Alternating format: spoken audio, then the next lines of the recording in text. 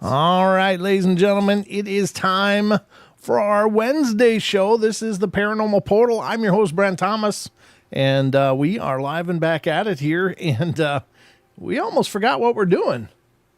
I think I remember, though. It's coming back to me slowly, but anyway, we were gone all last week, if you weren't aware. There was no live shows. Don and I had just returned last Sunday from Vernal, Utah, after attending Phenomicon. And speaking of Don, he's here. Who? You. Who? Me? The big toe himself, Mr. Don Longbeard. Man, leave my toes alone. Your toes are alone. Yeah, between you and the furniture, nobody else needs to get involved. Yeah, no, please don't. Welcome to the show, brother. How you doing? Doing good. How does that hat look? Yeah, no, well, here we go. Looks rubbery. Rubbery. There you go. So, there it is. There it is, folks. We are back and had a great time down in Vernal. And I don't know, it was really a marathon. It was really just a lot. It was 12, 14 hours on your feet and then just crash into a bed and start over again for 4 days. But it was wonderful. We got to meet a whole bunch of new people, got to see some old friends and make new friends. And so it was really wonderful. And I had a really good time. How about you, Don? I had a dang good time. Dang good time. Dang good time. Are you caught up yet from No. being... No, me either. I'm not caught up. I still am not really sleeping good, so I'm running on fumes most of the time since being back. But it was a lot of fun, and we had a lot of laughs, and it was really just great to get out there and meet some of you. I know Karen and Neil made the trip. Karen and Neil, yep. Saw Barbara. Yep, saw Barbara. Yep, she was there. Yep, and then the Daniel brothers from Supernatural Station. Yep, As a matter of fact, Jaron's in this chat right now. God bless him. Yeah, yep. And then who else do we bump? Oh, hi. Oh, there's more. There's Barb. Hi, Barb. Hi, Karen, Barb, everybody. And good to see you all. But I wish we could get out there and meet all of you guys. And maybe someday we'll do more of the show circuits and stuff. But it's just it's a lot to do. Yeah, it's a lot. It's a lot to take. Just to up and just disappear for a week at a time. A week? Yeah, it was gone for a whole freaking week. It was really weird. It was really weird. It's really hard to get back into a normal rhythm just because Hi, Mom.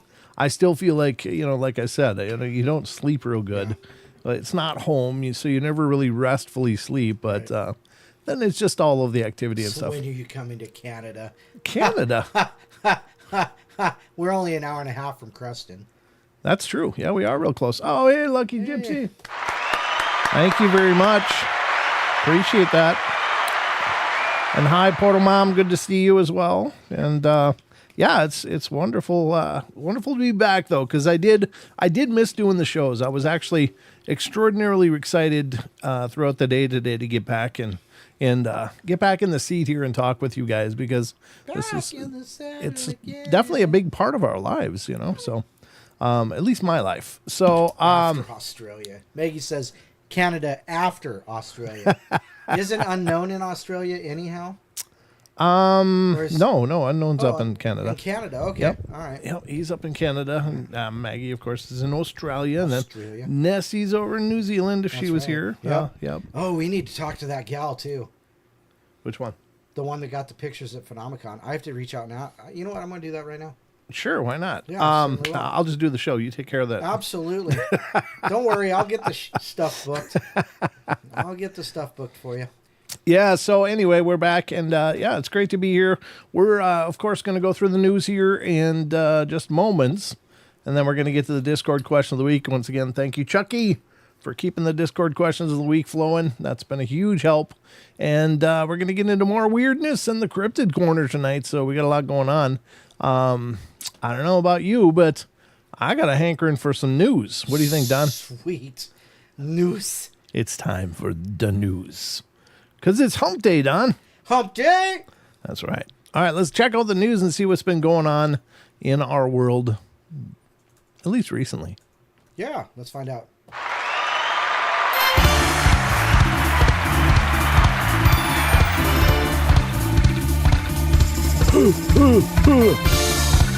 Yeah.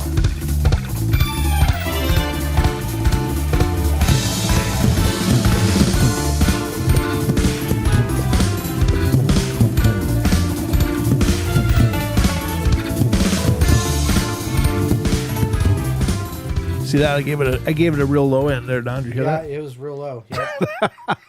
Low quality? Is that what you're saying? Well, that's, yeah.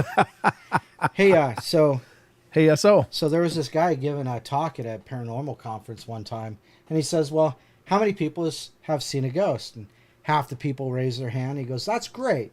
How many people have heard a ghost? Half those people who raise their hands. How many people have spoke to a ghost? Half those people raise their hand. How many people have made love to a ghost? And one guy way in the back, he waves his hand and says, okay, I want to talk to you after the show. So after the show, the speaker gets with the guy and says, so what was it like making love to a ghost? And the guy says, a ghost? I thought you said a goat. Oh, God. Whoa.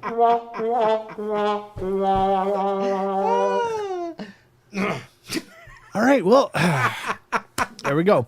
That's news, too. That's a joke I could have gone the rest of my life without hearing. But you heard it here, ladies and gentlemen. You're welcome. Yeah, and I'm so sorry. I'm sure you're sorry you did. Thought you said goat.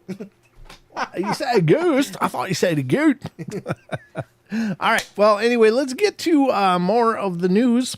Let's actually start some news. All right.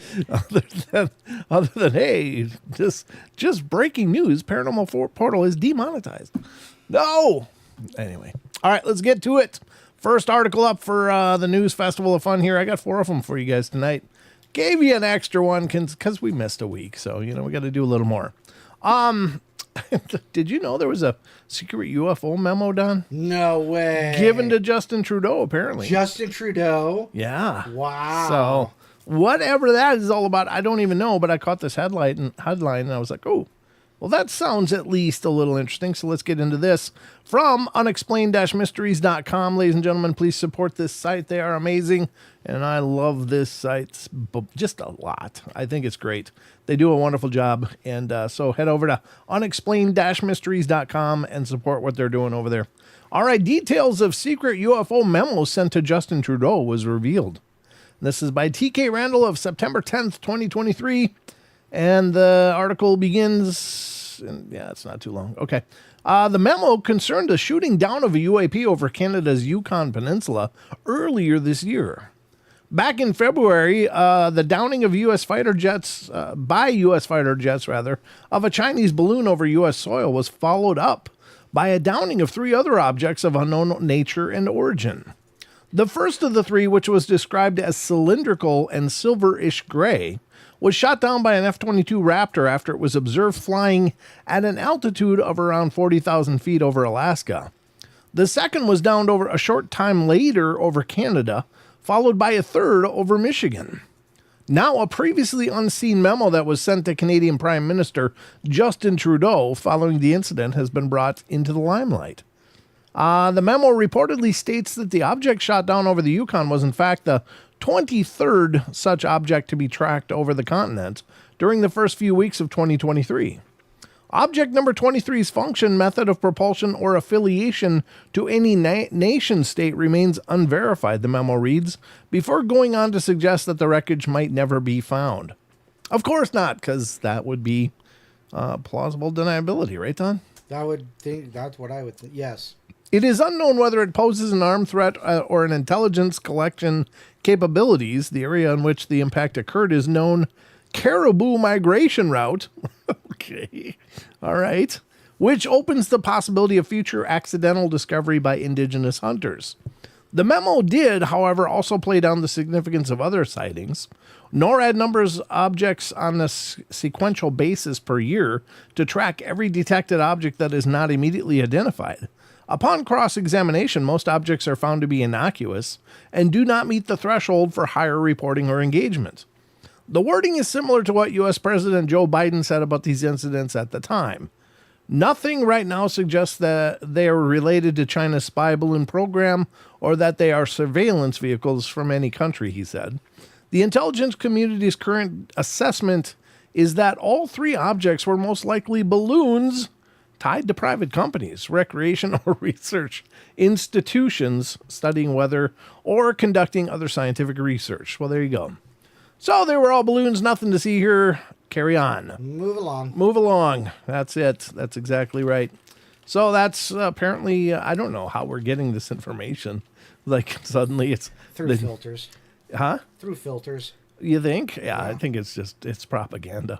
I think it's probably more of what it is. It's like, what are they gonna release state secrets in a news article? Probably not.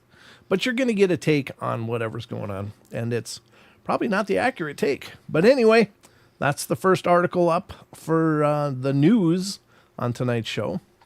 Next up, another article from unexplained-mysteries.com, and this one has to do with an object in the night sky over Turkey. Turkey. I have a bunch of turkeys in a field near me. Not anymore. Never mind. All right, bright green fireball illuminates the night sky over Turkey. It says one witness managed to film the blazing fireball as it lit up the night sky in spectacular fashion, on September 2nd. Recorded above the Turkish city of Erzurum, the now viral footage, which shows a child playing near a climbing frame, captured the moment a bright green fireball streaked across the night sky. Well, you don't see a lot of green fireballs in the sky, do you, Don? No. Illuminating the clouds in spectacular fashion and temporarily turning night into eerily lit day. Fireballs, unlike typical meteorites, are characterized by their intense brightness, large size, and blistering speed up to 160,000 miles per hour in some cases. Wow.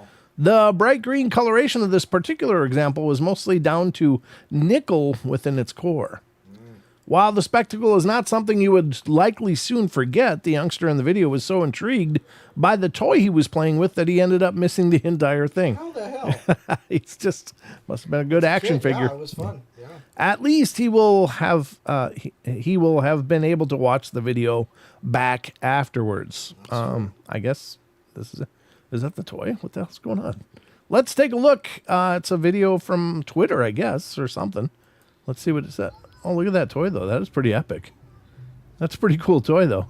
So we're busy looking at the toy. What happened? I missed it, too. Honestly, I missed it. That toy is awesome. There it is. I guess there. Oh, yeah. Oh. Yeah. That is pretty spectacular, yeah. But I thought his toy was cooler anyway. But that is beautiful, the way it's going through the sky. Yeah, that's crazy. Changing the colors and stuff. But, yeah, there you go. Is it a UFO? Well, no. Wait. Do What? it one more time. One more time? Yeah, because you don't have it on the screen. I don't? No, you don't have it on the screen. Oh, well, let me. I'm sorry. Rookie. Yeah, I know. I'm a little out of Rookie. practice here. Yeah, I don't, do I? What the hell am I doing? All right. Now we'll play it 10 more times. All right, we'll play it a few more times now that you got to hear the soundtrack of little kid's voice. But the toy is pretty cool. The unknown wants to see the toy. Look at that toy. That's awesome. Now look at the sky. That's what we're here for. Look at the sky. Again, I'm still mesmerized by that kid's toy. I don't know what the hell he's got, but that is really cool. It looks like a little magic bubble. But, all right, I'm going to pay attention to the sky now. Yeah, there it goes. Boom. Started burning that nickel, I guess. I don't know. Very cool. Whatever it is, it was a striking, actually like captivating. It was like you could only see it when it went behind the cloud. Well, no, you could see a little glare of it quickly right there. Boom. Then it disappears. Yeah. Yeah, you're right. And then you can only see it after it goes behind the clouds. I wonder if that's when the friction finally really ignited the thing, you know? No doubt. The heat of entering the atmosphere was like, oh, now it's on fire. Boom. And maybe it popped over there, and that's why it blinked and went out. Yeah. You know, because it gets back down here, and it just kind of disappears. Yep. Boom. Done. Yeah. So it must have burst. Or maybe that was the thin spots in the clouds. No. Those were clouds. Yeah, it didn't show up till it was in the clouds. Yeah, it's definitely like partly cloudy skies, or mostly cloudy, but yeah, pretty cool. That's a pretty great video, but nothing UFO-y or UAPE. It's just a astronomical entry, I guess. Phenomena. Na. All right, let's get to the... Hey, Brian. How you doing, Brian? Brian? I haven't seen Brian in a while. Oh, hey, Brian. Gaska, yeah. Hey, Brian. Good to see you, brother. Thanks for stopping in. Let's get to the next news story, which is also from unexplained-mystery.com, I think. Oh, yeah. This one's a little shorter one. It's more of a technological one, but I thought this was interesting because I think they might be really going to try to terraform Mars. You know, I mean, why would they be doing this unless it's just the only place they could actually try an experiment like this? But from unexplainedmysteries.com, Mars rover successfully completes oxygen-making experiment. I'm just going to make sure it's on screen. Yep, it is. This is from September 9th. There's a rover. For the last few years, Perseverance has been conducting an experiment with the goal of producing oxygen on Mars. The experiment, a small gold-colored box known as MOXIE, which stands for Mars Oxygen in Situ Resource Utilization Experiment. In situ. In situ? What does that? The hell does that mean? In situational or what? I don't. It's a French thing or a Latin thing. It's a Latin thing. Oh, okay. Yeah. Okay. Let me look it up. It says began producing oxygen shortly after the rover landed. Almost 3 years later, scientists have revealed that the experiment is officially over, and that MOXIE has successfully created a total of 122 grams of oxygen. I don't know. Is that can't be a lot? That's only a couple ounces. Yeah. There's 28 ounces in a gram. The same amount 28 grams in an ounce. The same amount that a small dog would typically breathe within the space of 10 hours. No. Yeah, well, that's what it says. Huh. I mean, really though, if you think of that, our oxygen is only like 20% of our atmosphere is oxygen. Yeah. That's so true. We're breathing a lot of other things. But I said this might not sound like a lot, but MOXIE wasn't intended to mass produce the gas. Instead, it was designed to see if it was possible to produce it and how much it could produce. The results were highly encouraging, producing twice as much oxygen as expected. Nice. If the technology were to be scaled up, it would likely be plausible to produce enough oxygen to maintain a human habitation on the red planet in the future. It could also enable the production of fuel for the return trip home. When the first astronauts landed on Mars, they may have the descendants of a microwave oven-sized device to thank for the air they breathe and the rocket propellant that gets them home, NASA said in a statement. Huh. Well, there you go. But somehow we still can't make it back to the moon. Oh, but we can. They just crashed a bunch of stuff into the moon, didn't they? The South Pole. Yeah. Well. Yeah. Well, I think the Chinese crashed one in there. But so in situ means in place, not moved. So basically, they put that module down wherever it was, and they just left it there and just watched, I guess. Right, and then just watched it. Right. So okay. In situ means in place. There you go. It was in place, all right, on the place of Mars. Okay, good deal. Good deal. All right, that's in situ. We've all learned that now. And one last news story for the News Fest tonight. And this one is talking about near-death experiences, which is a topic I love. Oh. I love near-death experience discussions. Dave. What did Dave do? Dave gave us $3. Woo! Thank you, Dave. We like tips. Oh, Rachel. What'd you say? Oh, Rachel. Something about tips? No, what? She says I successfully produce methane on Earth constantly. I don't think there's much of a market for that, though, Rachel. You never know. There's this one artist that's canning his... No, just stop. I'm done. Nope, done. Stop. That's it. That's all I say. I know. It's just disgusting. Well, it's... yeah. I don't know what to tell you. No, just... Yeah, don't tell me anymore. Please stop. Just stop. God. Make it stop. Make it go away. All right, last article tonight, unexplained-mysteries.com. Doctor who studied 5,000 NDE or near-death experience cases is convinced that there's life after death. I didn't know Doctor Who studied NDE cases. That's it. Does kind of play that way, doesn't it? All right, well, there you go. Let's see what it says in the show, like a tunnel. Yep.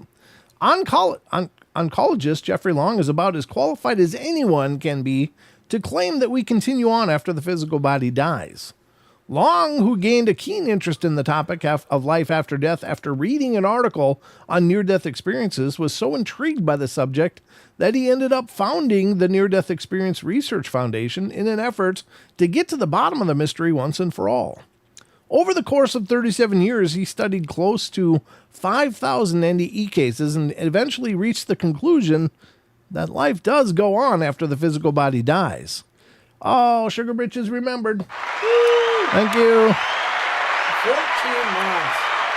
Yeah, nice. Sucker. I mean, The bottom line is that no conventional method explanations for NDEs hold water. He wrote on the Insider magazine, there isn't even a remotely plausible physical explanation for this phenomena. These experiences may sound cliche, the bright light, the tunnel, the loved ones, but over several decades of studying NDEs, I've come to believe that these descriptions have become cultural tropes because they're true. In one case, he worked with a group of children under the age of 5 who all described the same type of near-death experiences as adults typically do. In another, a woman who lost consciousness while riding her horse experienced herself traveling back to the farm with the horse, even though her body was lying stationary on the ground. Afterwards, she described what was happening on the farm, even though she hadn't actually been there at the time and couldn't have possibly known. In the face of overwhelming evidence, I've come to believe there's certainly an afterlife, said Long. Very cool. I like that. I really do, because it kind of really pisses me off that so many people are so adamant to try to explain it away as some neurochemical thing, right, and a DMT dump at the end of our existence.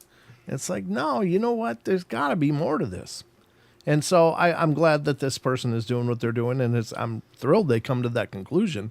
I read tons of books and researched NDEs, and I've got to tell you, I really believe that they are probably the best evidence we have of life continuing after death. They really are. When people are clinically dead, including being wired in their, for brain activity, and there's none, and yet they come back with these vivid experiences and seeing things they couldn't possibly have seen physically. Right. That's powerful, powerful stuff. So absolutely. Very cool. And that's going to end our news for the night. So Let's get back to the show. Oh, member for 10 months, Maggie. Woo! All right, let's get back to the rest of the show. Elaine gets some of that too. Huh? Elaine gets some of that too. Elaine does too? Woo, Elaine. There you go. Okay, now we can get back. You guys all remembered. Thank you, guys. All right, let's get back at it. Brown chicken, brown cow.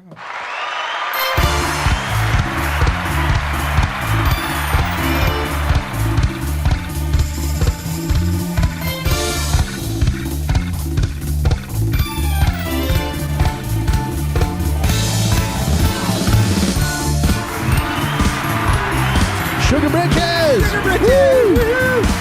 Go! Go!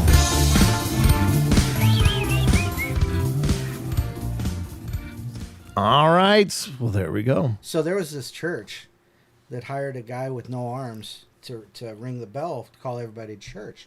Well, of course, he couldn't ring the bell, so he rang it with his head. Well, one day he went up there to ring the bell, and he hit it with his head, and it knocked him out of the steeple, and then bang, right? Hits the ground. Well, a cop comes over and says, there's one guy from the church out there. He says, so do you know who this was? He says, no, I don't know who it was, but his face rings a bell.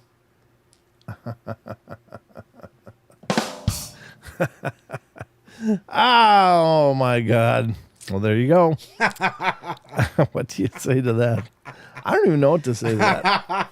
That's so dry. I need a drink, Don. That was so dry. I need a drink. Ugh. There you go, folks. That was a cute joke, though. I like that one better than the first one. A lot, actually. The first one was disturbing. All right.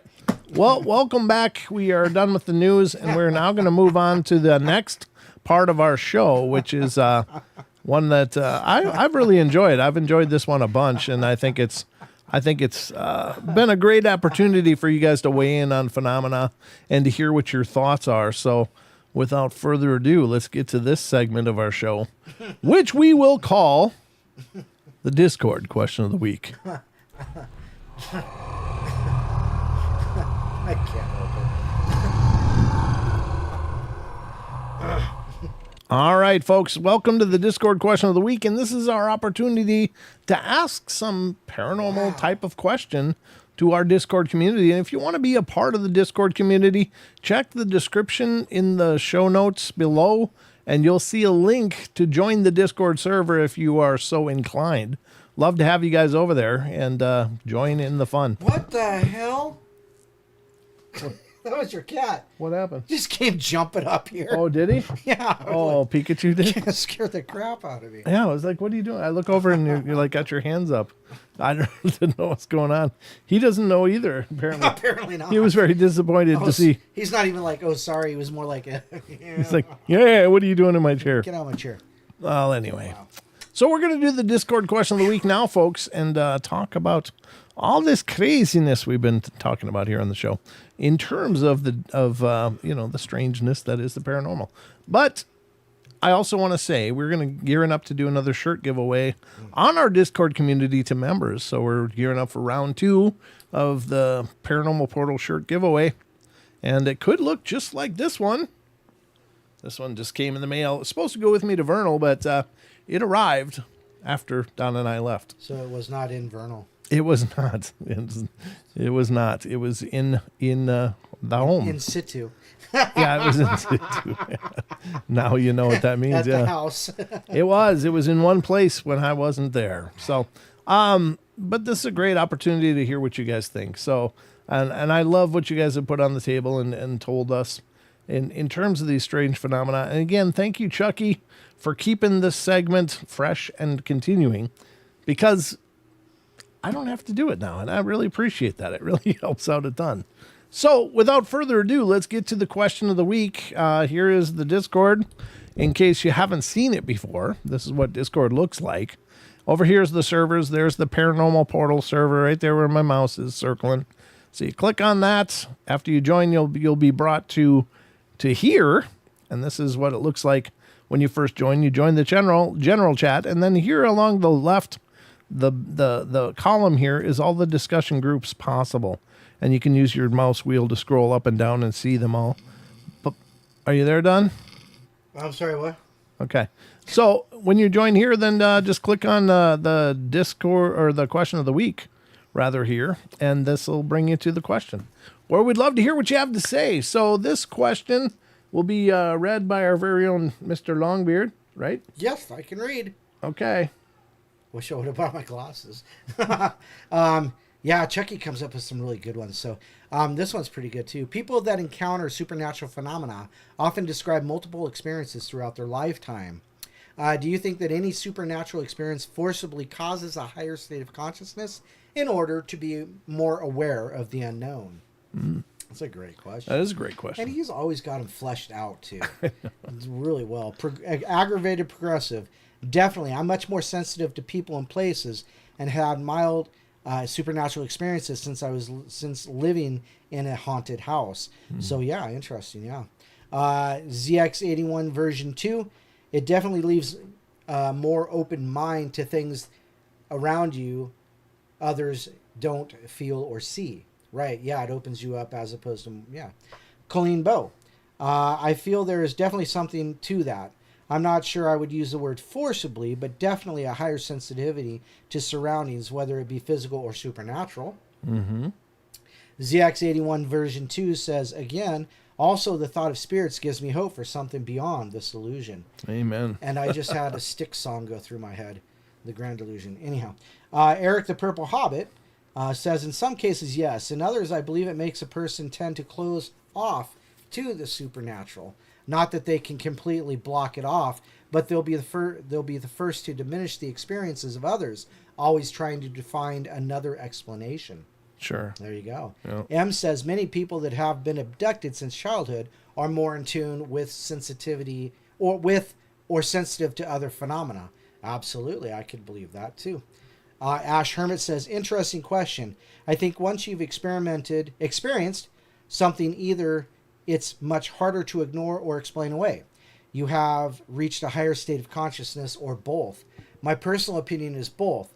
Accepting that an event was supernatural raises consciousness by removing some of the normal rules that we were taught. Yes, it erases some of that jadedness we become with the tough skin that we've developed, for whatever reason that is. Yeah, it kind of buffs it out a little bit, doesn't it? ZX81 version 2. I saw something my brain could not comprehend at the time. I was very young. It was a floating blue light that went past me very slowly. I was one to 3 years old.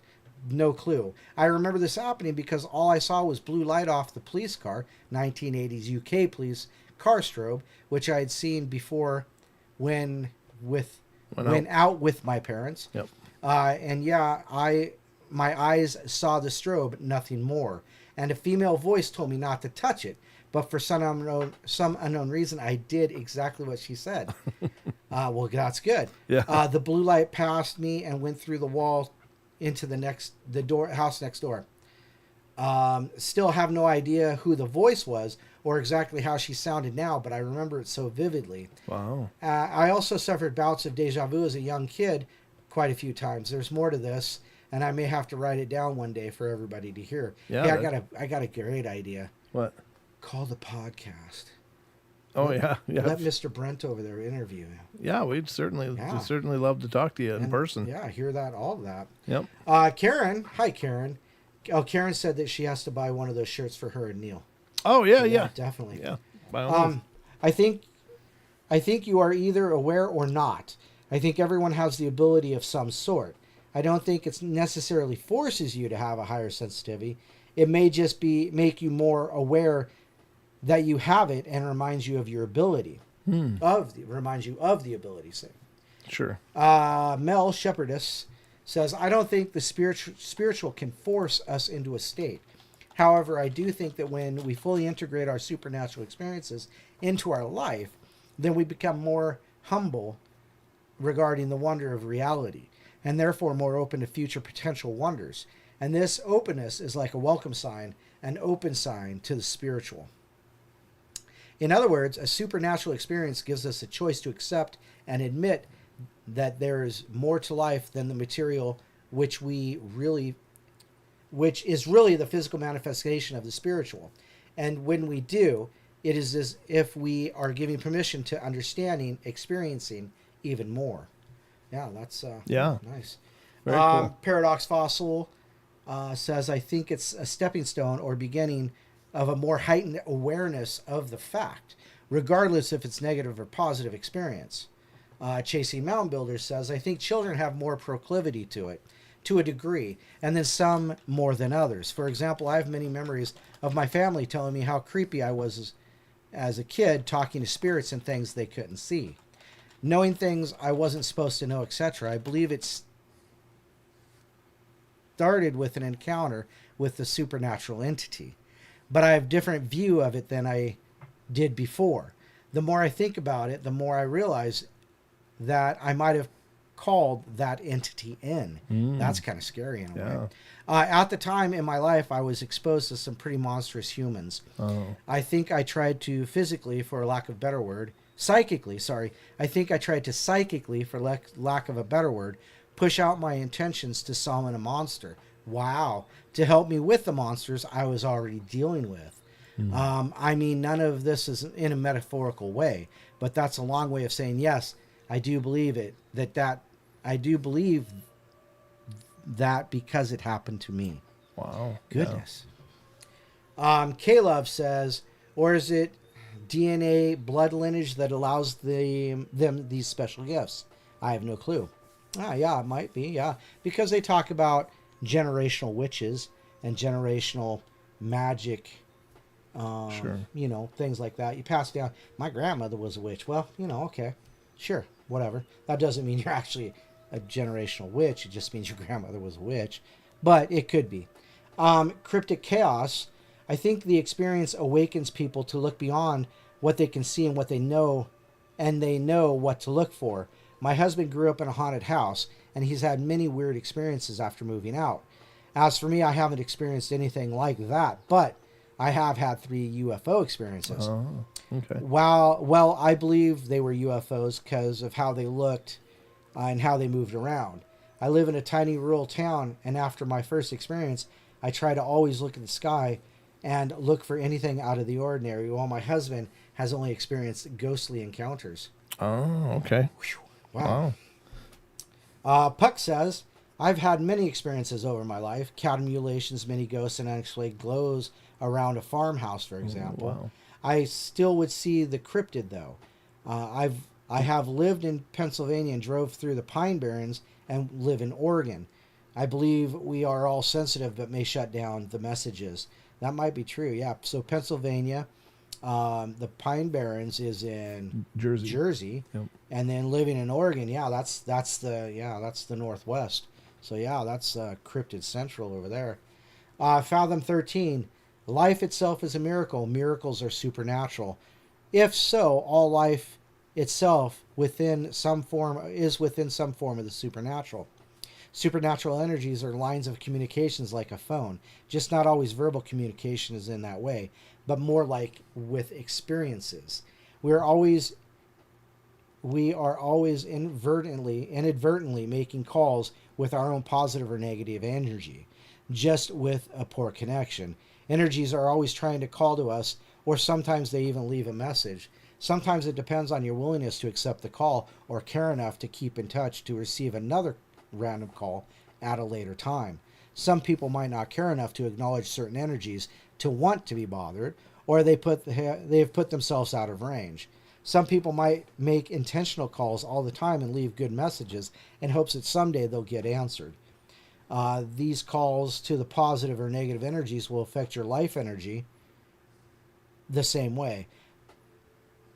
Don't talk to energy scammers. Once you answer, they'll keep calling back, trying to hustle you.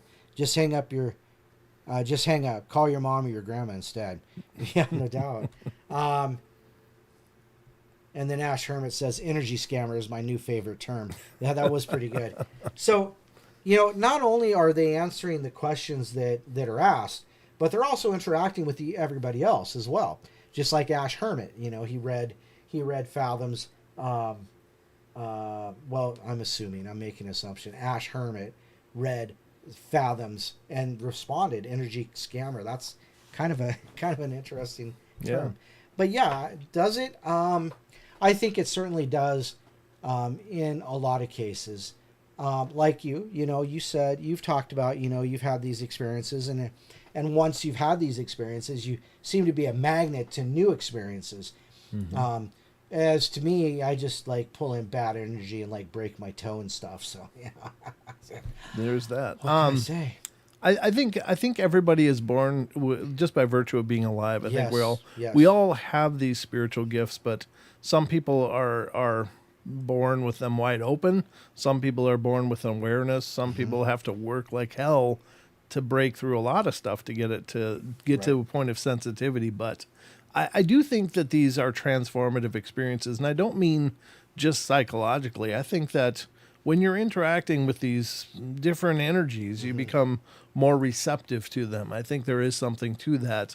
I can't tell you how many, when I first started doing the shows, I was thinking, well, maybe people have a ghost story or they have a thing that happened, but so many people have this laundry list. It's like, well, then I saw the UFO, and then, of course, I saw Bigfoot that time, and, and the dog man and the ghosts, and it's like, wow. And it seems like a lot, but if you consider that this stuff maybe largely is an awareness, it's like maybe we experience it and it seems very visceral and physical, but maybe some of it isn't. Maybe some of it is like a third eye kind of thing where you're seeing it, it's there, but you're not actually seeing it. Maybe it's a more energetic thing you're perceiving. And so I think in the case of of spirits and ghosts, that's many times is the case because apparitions are very rare. Mm-hmm. But you can see that something is interacting with the environment around.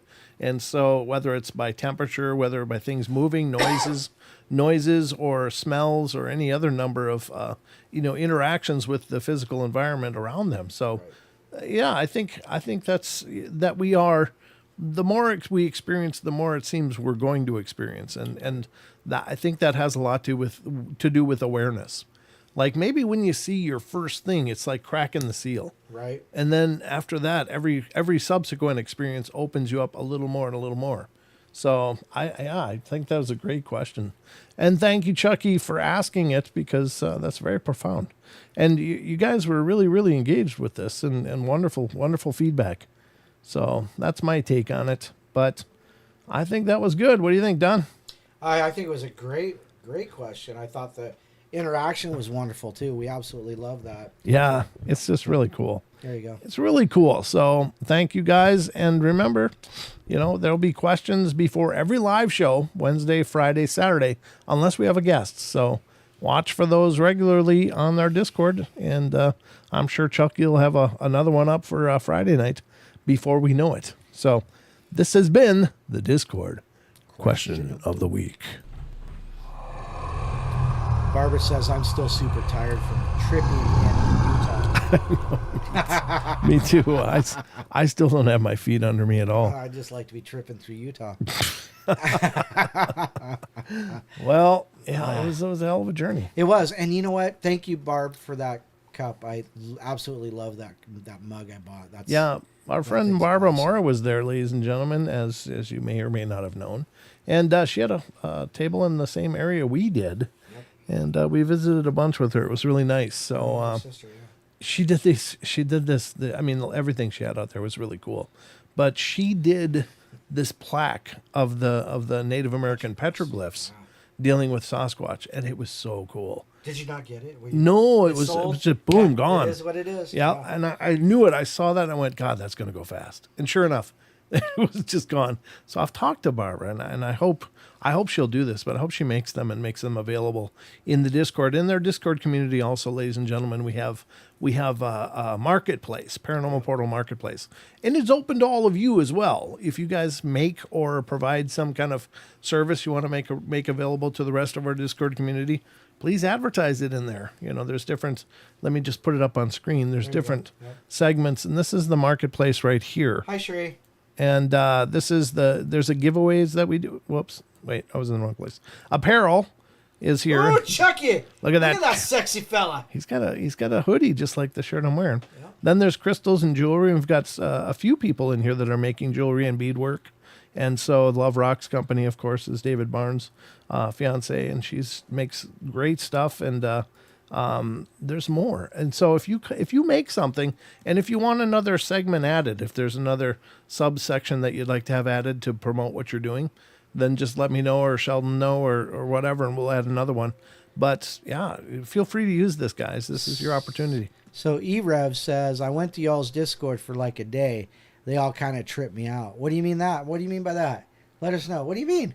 We're kind of weird. Yeah, that's true. But, you know, we mean no harm. Yeah, we're generally pretty innocuous. But, you know, it's a great thing. Who'd you say was here? Sherry Moon. Sherry. Oh, nice. Yeah. Nice, Sherry. Sherry's here. Sherry's Good. Here. Okay, so welcome, Sherry. Good to see you. So maybe we should do shout-outs, Don. Shout-outs? Yeah, let's do You guys want to shout out? You can just say something in the chat so Don knows you're here. So we're going to start with the top of the list with Sherry. Hi. Chucky Danger, Colleen Bowman, E-Rev, Ghost 8541, Heather Kesling from Virginia. How you doing? Jaren's there. That's one of the Daniel brothers from Supernatural Station. Yeah. Justin Info is there. Hi, Karen. Kevin WIPF. Little too spicy. Ooh. Luna Moonicorn. I like saying that. Is here. Maggie M10. I like saying that too. Hi, Barbara Moya. Moya this, Moya that. There's Paranormal Portal. RJ Windwalker. Rachel got it right once again. Sugar Britches, The Unknown. Wizard Moon 13. And let's see here. Cool Hand just popped in. Hi, Elaine. Yes. Of course, we got to say hi to Portal Mom. Hi, Mom. Yeah. Let's see. And I believe that's it. The Unknown, did you say it? Yep. Yep. The Unknown, yep. Okay. And, yeah, if we missed anybody, I'm sorry. Kayla, Jim Mount just popped up. Hey, Jim. How you doing? Okay, good to see you guys. All right. Thank you so much for being here. Renee Cruz. Oh, Geeky Gardens. Lurk. Yep. Lurking. Yeah, great to see you guys. Thank you so much. And he's a lurker like a Merkle. Thank you, Heather Kiesling. She membered. Nice. Thank you so much. Oh, we really appreciate it. Thank you so much for the support. Can I have one of these? Huh? Can I have one of these? Yeah, go ahead. Okay, because I forgot to go get one. No, it's fine. There's even a spare one after that. I brought 3, just in case. So that's the Discord, folks. And yeah, I would love to have you get involved over there. So absolutely. Again, check the description of the show description. It's right in there, the URL that you need to click. If you're not familiar with Discord, there's also a tutorials thread in there that'll teach you how to get involved. Nah, it's not too hard. No, it's really not. It's just like anything else. You start a new program, you just got to figure out where things are. Yep. And how to get to the things. Raymond L. joined us. That's a new name. Raymond L? Raymond L. Very cool. Yeah. Thank you. Thanks for coming in. Absolutely. All right. So, what am I doing now? Oh, yeah, I remember. Oh. I remember what I'm doing. I remembered. I remembered myself. We're going to go to an article from Thought Catalog. We've been going through for a few shows now. We're just doing a little bit each night. Because these live shows, we kind of treat it like a variety show. We don't just stick to one thing. We kind of cover all things as much as we can. And again, we'll end the show with the Cryptid Corner. So if you like cryptids and creatures, stick around. We got some great segments from Sasquatch Chronicles to go through tonight on the Cryptid Corner. So they'll be coming out in just a bit here. So Mexican disclosure, huh?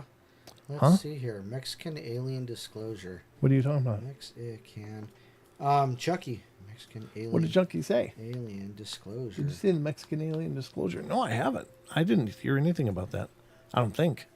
I know they got the face peelers down in South America, but. Face peelers? Yeah. Isn't it Peru or whatever? Where is it? Brazil? Where is it? Brazil? Peru? Something like that. They got these aliens that kind of, actually the landings and sightings sound pretty similar to what happened in Las Vegas, believe it or not. But there's also apparently interactions, negative interactions with people where they're shooting at them. Bullets don't seem to have any effect. And apparently these things might be actually attacking people. Oh, yeah. Alien corpses displayed at Mexico's Congress believed to be 1,000 years old. So, as a matter of fact, I saw it was either Roman or Jaron that posted this, that one of the Daniel brothers. Yeah, Mexico City. Those look like casts to me. Yeah, they are not beings of that. Well, they might be. We don't know. We can't look at them. But more than likely. These things. That's a cast. I don't know. I can't bring it up, but yeah. I'll keep an open mind. I am not believing in that particular one. Well, you might be right. I just don't know without the ability to actually look at it. We were in Utah for a freaking week. Utah. We were down in Vernal. We were in Vernal for Phenomicon. All right, we're going to get to an article again. Like I said, a Thought Catalog is the source, and this is hikers, 30 hikers on the single scariest thing they've seen, deep in the woods. Not all of these are actually paranormal supernatural, but most of them actually are. We're on number 19, so without further ado, let's get to this. Number 19, I heard a ruckus once that I can't explain. Trees shaking, growling, and grunts. This is in the middle of winter, and everything was still. And then all this exploded. I ran to my stand, since that was the closest, and posted up there trying to figure out what it was. I still don't know. Sounds pretty squatchy to me, though. That's that kind of behavior, right? Trees shaking, grunting, yelling, growling. Yeah. That sounds pretty squatchy, right, Don? It does sound very squatchy. Yeah, I think so, too. Actually, it sounds more Yeti, but, snow and all. I don't know where it was. That's the thing, yeah. It could be winter, in the middle of winter, yeah, it's Yeti. It's a snowman. Right. All right, we're going to go to number 20. Hiking in central Maine, near the 100-mile wilderness section of the AT, Appalachian Trail. About as thinly populated as you can get in the lower 48. Wife and I pulled up on the trailhead about 2 a.m. after a long drive and epic storms, and decided to catch a few Z's before hitting the trail at sunrise. After settling in, we noticed blinking light on a distant mountain. Well, there's no illumination for miles and miles in any direction, so it sticks out immediately. The comment on it likely being the only radio tower for 50 miles. Then the light starts slowly moving down the hill, and it's maybe a couple miles off, and we both get interested. We figure it must be some truly insane bastard coming out down the mountain at the darkest part of the night with a headlamp, and the blinking is where the tree obscures the line of sight. Thank you, Birdie Cuda.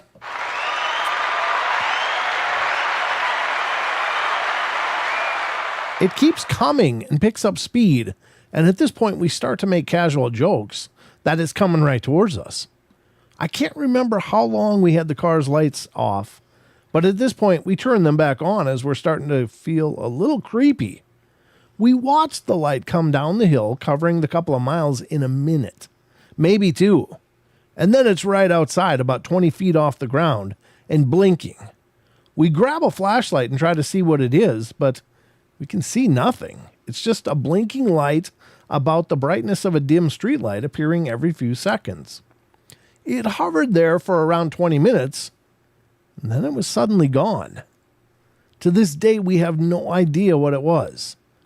I assume some kind of giant glowy bug, but I've lived in the country most of my life and have never seen anything that bright or a bug move that fast.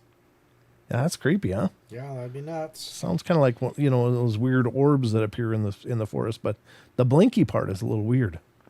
So it sounds maybe technological, but maybe not. I don't know. That's a weird one. All right, number 21. My wife walks our dogs late at night. She heard a sound and couldn't figure out where it was coming from. It was high-pitched whining like a radio-controlled car, and seemed to be coming from the graveyard near where she crosses this road. She figured an electrical box had failed and continued walking. Both dogs immediately started alerting and staring at the graveyard behind her. Then she saw the culprit. A quadcopter? So that's like a drone, yeah? Right. Okay. Now remember, it was past midnight. The quadcopter didn't have any running lights, and it started to follow my wife. She was more than a bit upset, so she messaged me and asked me to be ready to drive and pick her up. The quadcopter continued to follow her and matched every turn she made. She said to me that she was scared of it knowing where we lived. Yeah. She was ready to call the police when the quadcopter turned around and headed off. Well, I drove to pick her up and drove out of town to approach our home from a different route. The next day, we asked the local online community groups about it, and turns out that this quadcopter had been following women to their homes for days. Wow. Oh, that's a 10 on the creepy meter. Yup. The police were notified, but the quadcopter's pilot decided to lay low, and the police couldn't find anything. We're assuming that the quad pilot saw the forum discussion about them. Yeah, that's horrible. Freaking man, what's wrong with people? How'd they get so messed up? Oh, I watched some women walk home. For what? You creepy bastard. Well, it's the perfect way to I know it's stalk people. I know. Find out about them. I just don't understand. Still. How do you get to that point where it's like, oh, I'm so lonely. I'm going to just watch people walk to their homes, and then God only knows what comes next. It's just disturbing as hell. All right, number 22. Didn't actually see anything, and I'm really glad that I didn't. A friend and I started walking a trail system that leads deep through some woods and fields by his house around dusk. During the day, it's really peaceful and green and whatnot, but it was late, and it was getting dark fast. The area where we live has been flooding recently, and the trail is currently 2 feet underwater, about halfway through the loop. But my friend said we could walk it to that point and then take a shortcut back to the beginning through one of those man-made pine forests, where the trees are all perfectly lined and spaced apart. We had only to go about 50 feet into the pines before the canopy made it pitch black all around us. But he knows the area, so we kept going. About 100 feet further in, we both hear a very distinctive, squeaky door-like noise. Literally, no chance of it being anything than an old rusty hinges. He's come through there 20 times in the past few weeks while jogging during the day and confirms that he's never seen any type of building or anything with a door back there. We both decided we'd rather just walk the trail back the way we came in than deal with whatever horror movie stuff was happening in there. I've never noped out of a situation faster than I did then. Yeah, some ghostly door hinges, Don. Yep. That'll mess you up. A $20 bag of Boy Scout popcorn. What? Wow. What? Oh, Elaine, she says Boneho and I are eating a $20 bag of Boy Scout popcorn. Would you go to a movie? That's about the only place you paid 20. No, I don't know. Boy Scouts, the fundraisers. Yeah, but why is it $20 though? Well, why do you pay $8 for a box of Girl Scout cookies, sucker? Yeah, well, the Thin Mints, I have no control. I'm just saying. It's more than I can handle. Thin Mints are like my answer to cookies and cream ice cream. Yeah. I love those damn things. Put them on the bottom of the bowl and throw. He's like tongue crack, Don. He's like tongue crack. Well, I don't know about tongue crack, but it's certainly crack. Those evil little Girl Scouts. Yeah, what are those ones with the peanut butter in them? Whatever the hell they are. Again, I don't know. I have no control. I can't be held responsible. So, where was I? Was I done with that one? Yeah, you were done. I forgot if I was done reading one or not. Number 23, I was out taking my dog on a short walk. Talking to my dog. Well, yeah, believe me. Having a smoke, paranormal. Yeah, and go to the bathroom. There you go. She was a rescue and was at this point terrified of everything, so getting her outside was always a task. It was around 4 a.m. and she was whining at me, and I figured she needed to go to the bathroom, so I put on some shoes and took her outside. It was a warm night, as it was July in Missouri. It was misery in July. Missouri. I'm walking down the street from my apartment complex, and I see a figure standing under a streetlight, not moving. Well, thinking it was just a guy out for an early morning run, I just kept walking. And that's when this figure started to move towards me in a weird fashion. He wasn't jogging, he wasn't walking. It looked like skipping. Thinking to myself, what the hell? I stopped walking. And that's when my dog started growling from behind my legs. I'd had her almost 6 months and never heard her growl or bark. I turned around and walked back into my complex, and I looked over my shoulder, and this dude is standing at the entrance to my apartment complex, head to toe in black clothing, grinning from ear to ear. I was fully in what the hell is this BS mode and walked back into the complex.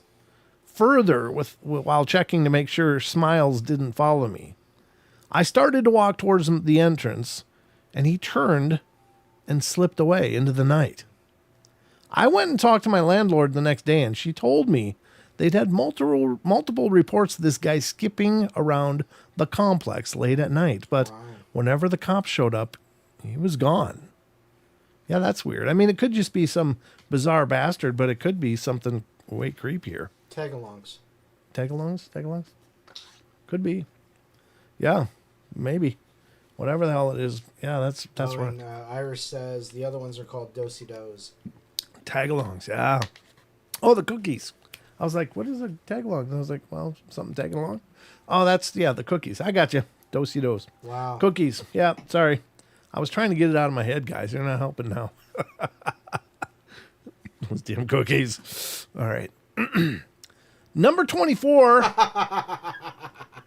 Barbara says, every time you interviewed someone, I wanted to walk by you guys and crunch my water bottle. I'm just saying, you got to get a drink, you know? Oh, boy. Not nice. All right. 2 cubs and no mother. In other words, I probably come between them. What? So that's what the person had. 2 cubs and no mother. In other words, I'd probably come between them. That's dangerous as hell. Cocaine bear. Yeah. They only last for about 100 feet down, then they just dead. Stroke out. Yeah. Yeah, there's one I can take home. That's if you've seen the movie Cocaine Bear. It's based on a true story. The true story. It is the stupidest. I know. The true story is like it is so fake. The cocaine was dropped from the plane. That part is true. It did land in the forest, and landed in the forest and was eaten by a bear, which then walked about 100 feet and had a cardiac arrest and died. So everything else in that story is not based on anything reality. The true story is way more disappointing, but probably better, than have some slasher movie out of a cocaine crazed bear. Right. Anyway, number 25, usually it's what I hear.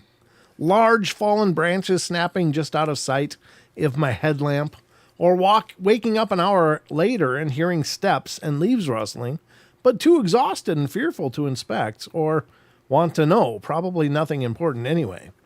One time I returned to my car after a late night hike with friends, and my SUV is covered in foot/hand/paw prints. They were just so large and even dragged a little into the dust.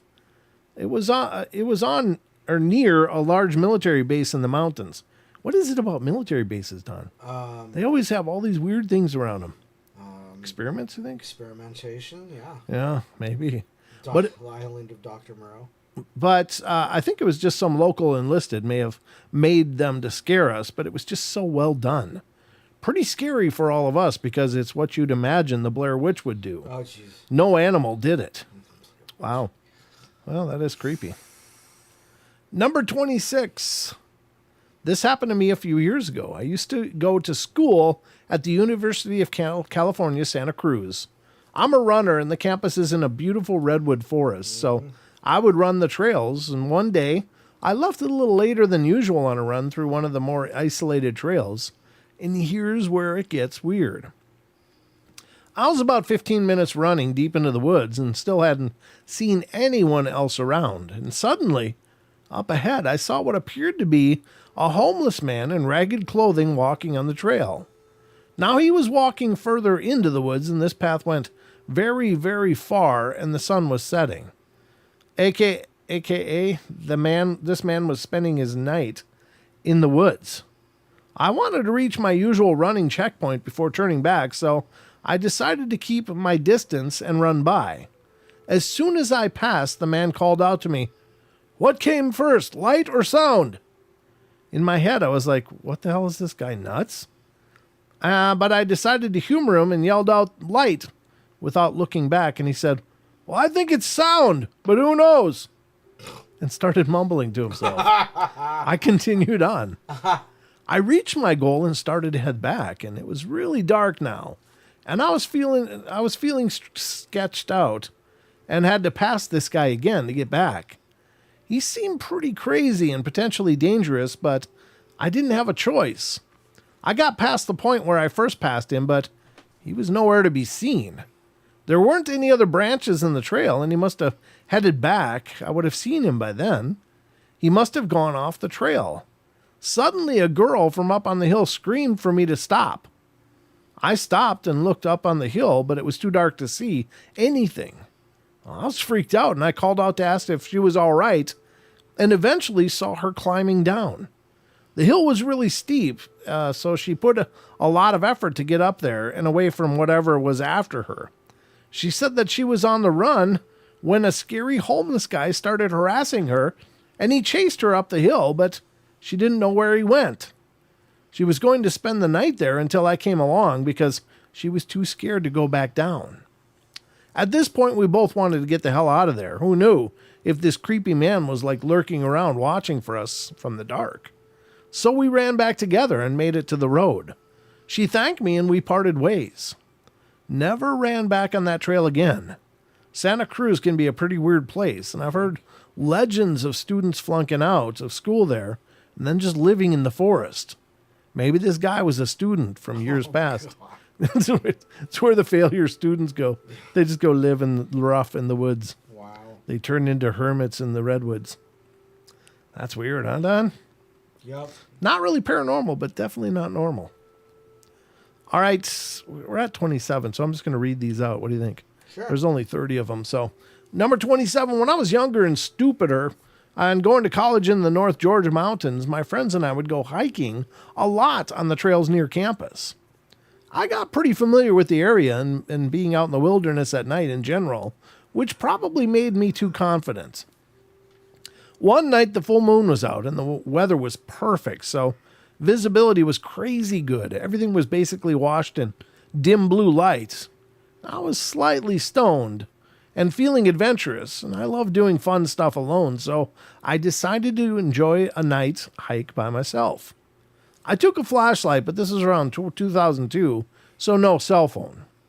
I chose a pretty super easy trail that was mostly flat, maybe a mile loop in pretty secluded area, but not exactly a national park or anything, very rural area. I didn't even need my flashlight for most of it, and just hiked in the moonlight. I was in actually a really cool, beautiful experience at first. At some point, I started to feel uneasy, and maybe a millisecond later, I heard a man's voice. It was coming from a good distance ahead of me, somewhere off in the woods, maybe from the right side of the trail, and he was crying.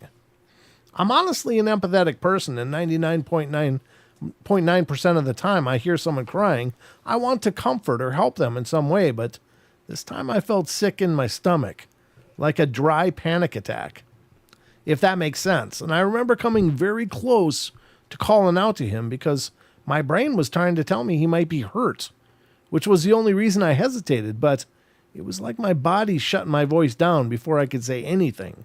And I knew I had to stay very quiet. Where the hell did it go? I lost. Oh, there it is. He was sobbing like he just found out a loved one had died, but also gibbering, almost babbling, like he was less than a person. There was a shrillness to it under his crying, like he was holding back a scream, but perpetually on and on, as if he'd been doing it all night. I remember it vividly, and my spine is tingling like crazy, even as I write this. It's hard to explain, but I knew deep down he wasn't right in the head, and nothing good would happen if he realized that I was listening.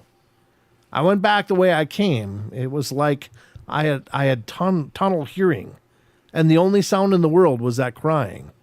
I was hyper aware of everything else around me, and beyond paranoid that I would snap a branch or snag my boot on something. I worried the man's crying would get louder if I wasn't paying razor-sharp attention, getting closer, or turn into an outraged crazy person scream. Thankfully, it just faded the further I got from it, and I made it back to my car. Still, I was convinced some wild-eyed hermit was going to rush out of the forest and bite me to death, or right up to the second I locked my doors and got the hell out of there. I finally had the rest of my panic attack on the drive back. I managed to park back at campus, and I just sat in the car and collected myself. Adrenaline is powerful. I have never felt a shred of guilt about leaving that guy crying out in the woods in the dark. And I know I was slightly stoned, but slightly is the key word here. I'm convinced to this day I was in very real danger that night.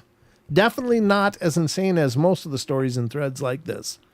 But sometimes I get that same sick feeling deep down, whenever I wonder what might have happened if the moon had been less bright, or if I'd been more responsible, and I decided to use my flashlight even once. He'd have seen me for sure. That's creepy as hell. Number 28, while it did not happen during the hike rather than camping, it was still the creepiest thing I've ever experienced out there. Was working at a summer camp for kids and went on an overnight outing. Had a cougar circle our camp from around 11 p.m. to roughly 5 a.m. It was crying out, hoping one of us would separate from the group. I stayed up all night with bear spray and a hatchet to keep an eye on it with the other staff. Yeah, cougars, that'd be dangerous as hell. Number 29, not hiking so much as car camping, but we were way the hell out there in the middle of nowhere on BLM land in Colorado. We drove for an hour and a half down a Forest Service road and didn't see another soul. You could see headlights and hear cars for miles away from our campsite. It's not like somebody could have snuck up unnoticed. We had 5 cars with us and 8 people. Just got done eating dinner, cleaned up, and was getting dark, so we went back to the cars real quick before hitting our tents for the night. Somebody had slashed the front right tire on each of the 3 cars, and with what appeared to be a box cutter. Everyone thought it was a prank, but it became very apparent very quickly that it wasn't. All of us were beyond spooked, like panicking, scary to watch spooked. We all had spares, and one dude had a gun, so he threw on our donuts while that guy literally guarded us and got the hell out of there. I still have nightmares about it sometimes, just knowing there was some person probably watching us, maybe wanting to harm us. Makes me physically ill to this day. And the last one, number 30.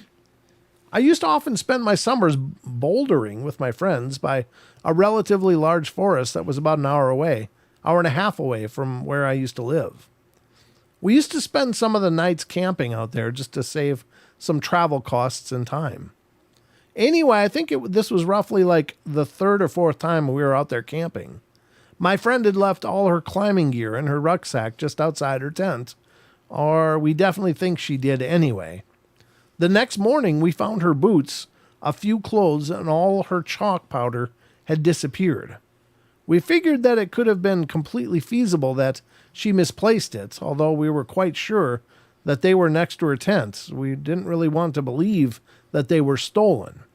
Anyway, we didn't read too much into this and just stupidly said to ourselves that perhaps she had left it by the boulders and some animal took an interest in it. I know it sounds stupid, but it was very reasonable to us at the time.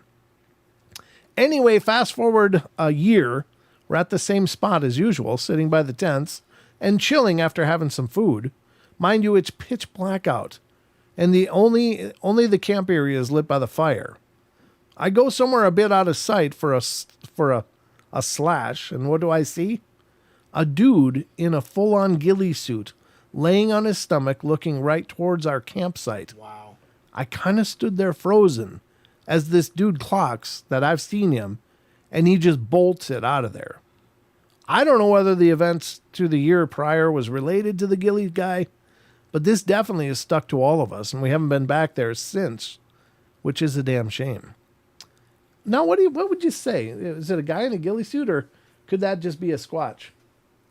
I don't know. I think with all the controversy around the Patterson-Gimlin film, I think somebody would notice if it was. I think they would be able to tell the difference between a guy in a ghillie suit and a Sasquatch. So, I think it was a guy in a ghillie suit. I don't know. I'm not so sure, but I mean, who's expecting to ever see a Sasquatch? Well, so that's true. You attach something to it that makes sense. So it looks like a guy, and he's got this fluffy stuff on. So it's a guy in a ghillie suit. That would be like the first common answer. But what if it wasn't, right? Yeah. And certainly taking of things is not unusual in Sasquatch stories. That's true. They do like to kind of take pieces and things out. And I guess it's maybe their curiosity, but and I don't know. I'm just wondering as I was reading that. I was like, God, what if that wasn't a ghillie suit? What if that was a big squatch just laying there looking at them? Wow. That's pretty cool. Cool stories. But there you go, folks. That was our the rest of that article. Hope you guys liked it. I like those kind of short, quick stories like that because you cover a lot of them in a hurry. Now, the problem with them is you don't know anything more than that little snapshot. So that's all you get. Yep. That one moment in time. Just that little glimpse that something happened. And then as you're long like, as it's enough you can call it insanity, it's fine. Yeah. It's just like, well, what happened next? What happened next? And we just don't know. You know what I do know, Don? What's that? It's time for the Cryptid Corner. Cryptid Corner. And it's 8:15, so, man, we're making good time tonight, right? Yeah. Sorry, I'm a little snuffy. There we go. I have been ever since Utah. I've been like a little congested. Yeah, so have I. But Have you? yeah. I think it was all that desert. I think there was the desert, Don. Dry desert stuff. Brought the dry desert back in my nostrils. Yep, probably. Oh, God, I wish you guys could have been there. That would have been so much fun to meet a lot more of you. That would have been awesome. I wonder if there's... Jaron says, are you getting a cold? No. No, God, no. No. I made sure to stay away from you. What has that got to do with you, Jaron? No, I just... Jaron says, yeah, sorry, guys, might be me, too. Oh. So, uh-huh. No, it's... We should have had an extra beer that night. Yeah, no kidding. We did meet Jaron and Roman for a dinner and had a good time getting together with them. Good stuff. And good stuff. And even more, but I'll unveil that in the future. Yeah. There's a lot more to that story, but you're gonna get more of that in the future, folks. Just let me tell you. We had a good time though. It was really great to meet them. And if you're looking for another podcast to check out Supernatural Station. They're really working hard and they're doing a hell of a job. So if you can support them, look out on all the different platforms. Do a search for Supernatural Station and you'll find their show. But great guys. We had a wonderful time with them hanging out and just kicking it. So kicking it. I can't believe I just said kicking it, Don. I know, it went to like the 80s. I went full 80s there. Did you hear that? Let's just go kicking it. Yeah. Shake that booty. Sorry. Oh, we got a call. We got a call from our very own Barbara. Barb. How you doing, Barbara? You there? Hi, I'm here. It was good to see Can you you. guys hear me? Can hear you perfect, yeah. Yeah. What's shaking? Oh, great. I just wanted to say thank you for letting me hang out with you guys. Well, in Utah, I had a blast, and Good. looking forward to doing it again in the future. Yeah, you know? Are you gonna go to next year's? Are you Hey, planning, Maggie. Are you planning on next year? Oh, yeah, I already have reservations, Good. and hopefully I'll be whipping out some more, making some more stuff, Yeah. and we'll see what happens. You know, I was real proud that I sold the majority of my stuff. Nice. Good That's deal. wonderful. That's really cool. Your stuff is beautiful, though. It doesn't surprise me at all. But, I know that that petroglyph piece, oh, my God, though. That was so cool. So you got to make up about 20 of those. You're talking about the real scary Bigfoot one? Yeah, the petroglyph showing the Bigfoot figure from the Native American site, yeah? Yeah, I got to make a few of those. There was a few people that really got creeped out on that. Did they really? really? There was this one lady that kept walking by, and she kept getting chills every time she looked at it, but she couldn't leave. So I thought that was odd. That's but powerful. somebody finally bought it. Yeah, I just love that piece. I was like, oh, my God, that's gorgeous. I knew that would sell quick, especially at an event like that. Yeah, I mean, it's just like, oh, my God, perfect. Yeah. And that mug, I tell you, after I had already had it in my hand, and then you said you were going to put, the 00 emblem on it, and I knew it was mine. So that's just the way it is. It was wonderful to spend time with you. Yeah, that's really good. Yeah. That was great. You did great. It was wonderful hanging out with you and getting a chance to talk with you again. That was a lot of fun. Yep. Yeah, so I plan to make more, and I'll see what I can come up with. There you go. Woohoo! All right, very good. So looking forward to seeing you all next year. Yeah. And hello, everyone. You guys are an awesome chat group. I'm so glad I found you guys. Anyway, so I'll let you go. Thank you. Bye. Thank you. Take care, Barbara. So we have a new name in the chat, Misfire Jack. Misfire Jack, how you doing? Who Misfire Jack is. Phenomicon was fantastic. Well, Misfire Jack was there. I know Misfire. We talked to him. Her and her sister. Oh, we did? Yep. Very cool. Well, welcome. Welcome to the show. We have some collaboration to do with her. Oh, gotcha. Yeah, you remember now. Yeah. Okay. We'll keep that under wraps for a minute, though. There's more to come. There's so much in the boiler right now. The Phenomicon boiler. The boiler room, like Freddy Krueger kind of stuff. We're churning out all kinds of entertainment. That's all I can tell you. Is that Adam or Jake? Blue Line's in the house. Good to see you. Guys, welcome. Guy or guys, which is this, Jake or Adam? We'll find out. It's not spelled funky, so it's got to be Adam. It's not Jake. It's not in Jakeanese. Yeah, Jakeanese would be like super clickety party. Oh, thanks for reminding me. Click. Yeah, click the likes. Click the likes if you like the show, and if you don't like it, click the dislike twice. There you go. Man, do it with assertiveness. Oh, wait. Maybe it is Jake. Is it? Yeah. You tell me. You tell me. All right. But yeah, very cool. So we're going to do the cryptid corner now. We're going to get to the cryptids that we all know and love. So I hope you're all ready for this because we are diving into the Sasquatch Chronicles blog. Yep. It's Jake. It's the super clickety party. I love it. Very cool, brother. All right. Blue Line Bigfoot's another great show out there, guys. If you get a chance, check out what they're doing. They're a kick in the butt. They are hilarious. Jake and Adam are just brilliant at what they do. They do serious research, too, but they also have these amazing skits that they put together, and they're just really phenomenally talented guys. So we're going to go to Sasquatch Chronicles blog. Good.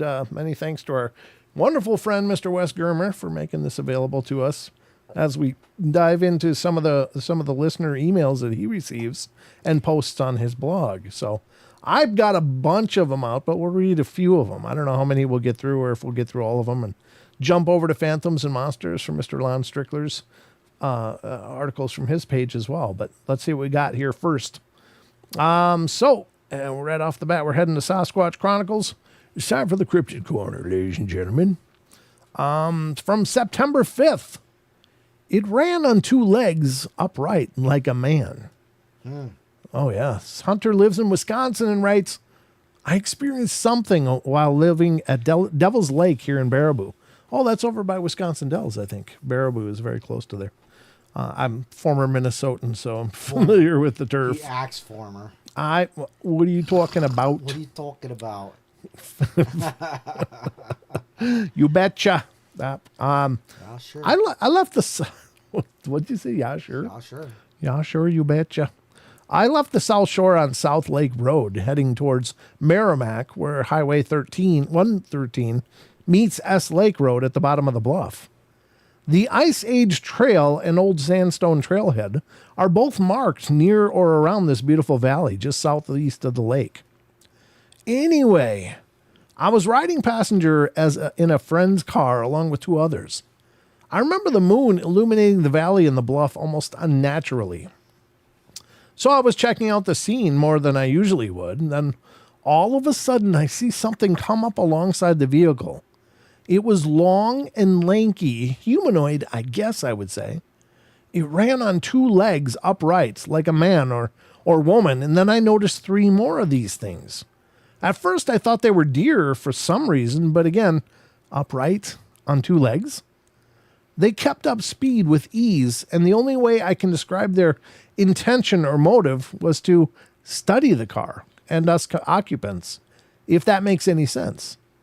I could see their heads turn, but I couldn't make out facial features, just a human-like cranium. Black in color or dark brown, I didn't see any clothing or fur or any distinct markings. Mind you, we were doing a steady 30 to 35 miles per hour.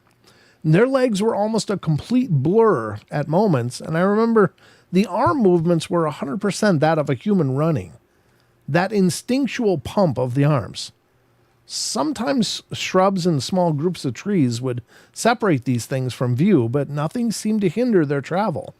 No dips, rocks, shrubs, trees, nothing. They evaded everything as if it was nothing. If I had to try my absolute best to describe them, I would say they looked like human shadows or silhouettes. All four of us saw these things, and we kind of freaked the hell out. The driver stepped on the gas once she saw them, and they still kept up. We lost them behind a larger group of trees where you get into Highway 113.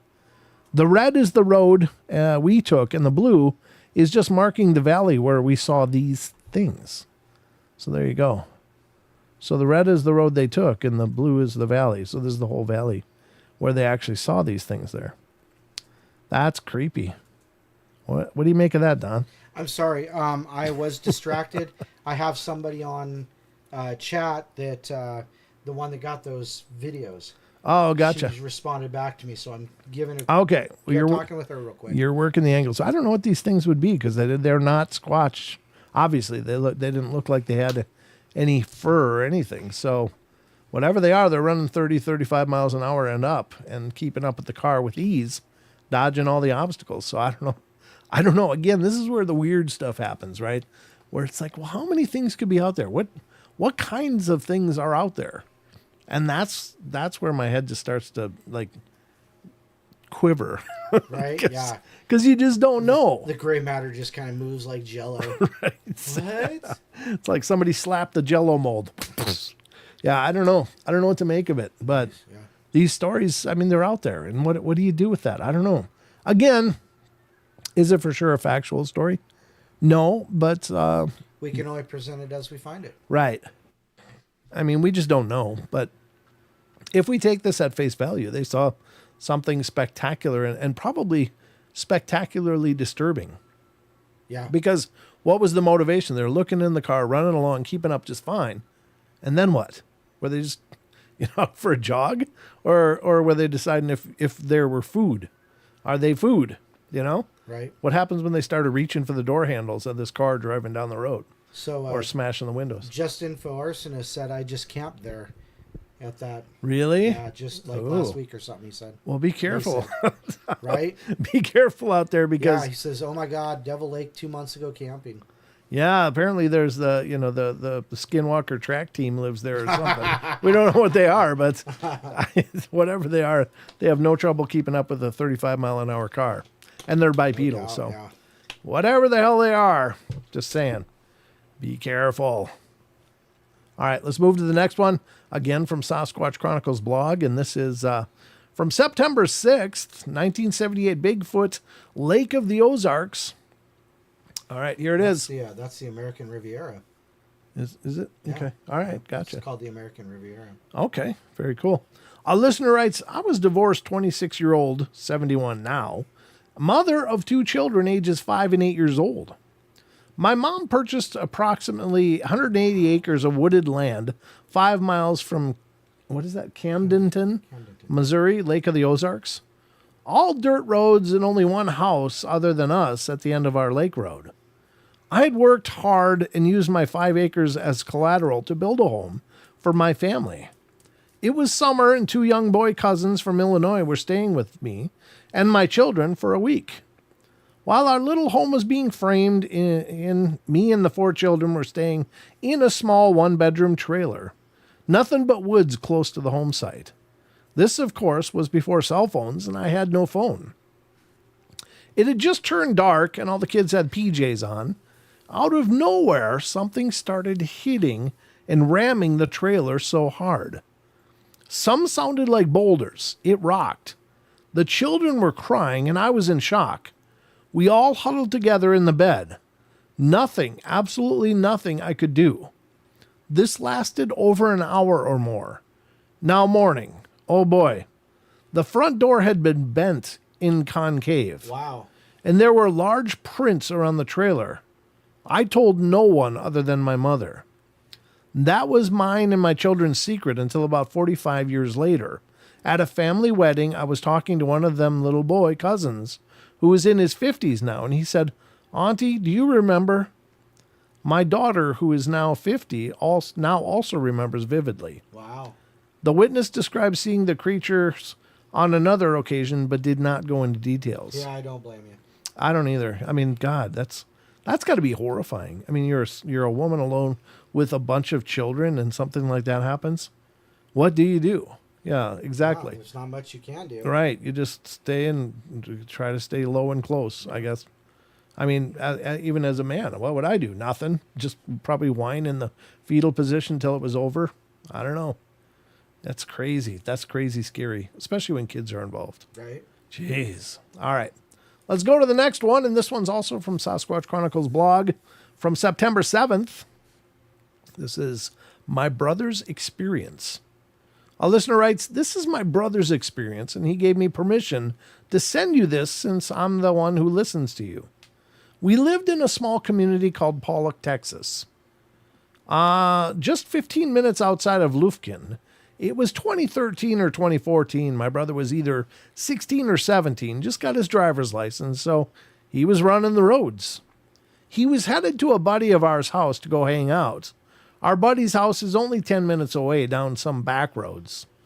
As my brother was coming down a hill that crosses a creek, there's a pine thicket on the left just before the creek that's departed from the road by a fence. Just a common barbed wire fence you'd see anywhere. As he was coming up on that creek, he saw what he described as a giant, hairy thing. He says that it stepped over the fence, crossed the road, stepped over the fence on the right side of the road, and jumped down into the creek, and he didn't see it after that. Keep in mind, the creek he's referring to has a steep drop-off that goes down 10 feet or so, which was perfect for this thing to escape in. My brother doesn't even go to his friend's house. He came straight home shaking, saying, I saw a Bigfoot. My brother is a very serious and work-oriented person. He's not the kind of person to believe in this sort of thing. And in the fact that he came home literally shaking with fear is why I believed his story. He couldn't sleep all night and had to stay with my mom in her room. He wasn't the kind of kid to do that. To this day, it's still hard for him to talk about it because he doesn't want people to think he's crazy. But after listening to the guy around the big thicket story, I had to send you my brother's story, and to this day, he doesn't want to go out at night by himself. Yeah, that's the thing. These experiences are extraordinarily transformative, but usually in a very bad way. Like it just, cripples people. Wow. Yeah. So I guess we could say what the background of that story is, or do you want to wait for the contact that you've been having? Oh, I think we'll wait. We'll wait? Okay. Yeah, I think we'll wait. All right, we'll wait on that, but we do have something to unveil to you guys. Hello, SoCal Squatcher. Good to see you. Good to see you. Stopping in. So, hey, Jaron, just so you know, Mom said I could call you Jarfy. Jarfy? Okay. Nice. She didn't, but I'm going to. Oh, nice. Mom's giving permission. Well, his mom. Oh, his mom. Oh, okay. Gotcha. All right. So next up, we're going to go to Sasquatch Chronicles blog and read the next one. This one's more of a video one, but this one I wanted to read and bring to you guys because this video has been around for a while. Were you on Beyond the Veil recently? Beyond the Veil? Yeah, kind of. Because Raymond said he saw you on there. Oh, very cool. The other day. Very cool. So. Thank you, Raymond. Appreciate you coming checking us out too. Yeah, I was on there. It was about a week ago, I guess. Ramon. It's Ramon? Yeah, it's Ramon. Oh, Ramon, sure. I don't know why I read that like that. Well, then my apologies. Ramon knows this show very well. Yeah. Jarfy's the way. Okay. All right, September 7th, Unknown Figure Digging Revisited, and this has been around forever. I'm going to read it as it is, but then talk about what it's also been alleged to be. Okay. This is a pretty well-known video out there for any of you that have perused paranormal videos or weird videos on YouTube. A listener writes, Hello, Wes. I just want to share this possible Dogman video. It was recorded near Akron, Ohio, by a couple of high school students. The Dogman looked to be digging up a grave. It made it down about 21 inches before running off. The hole was dug with its bare hands. This video was originally sent to me a couple of years ago or several years ago. I'm not sure what it's digging. As the person filming spins around for a closer look, there is something off about the figure digging, but to my knowledge, it was never identified. So here's the video. I'm going to show you the video. All right. You ready for the video? Yeah, sure. It's been around forever. Duotech oscillation technology. I haven't seen it. Huh? I haven't seen it. Yeah, we'll just keep doing this here. All right. Where is it? I think there's still... Now, I didn't think it was filmed by a couple teenagers, though. I think it was filmed by a couple people that were visiting a relative's grave or somebody's grave, but that's the story they're going with here. Look up here, up in the upper section of the film there. They'd hold it still. Yeah, they do eventually. You get at least a little bit of it here. But it's this figure digging a hole. Oh, yeah, in this cemetery. And you can see it's got a pretty good pile of... It looks to me like it's using something as a tool, though. No, it's just... Well, I think it's just the hands. I've seen That's a long arm. No, it's just an arm. Just a skinny arm. But anyway, okay, so that's the whole video. Now, there isn't much more to show you. I mean, I could just... Whoops, what did I just do? What did I just do? There it is again. I just wanted to go back to about here. Okay. Dang it. Ugh. Jumpy videos suck, but I'm going to try to go back a little bit here. Just go back a little bit, if I can. Maybe I can do it better this way.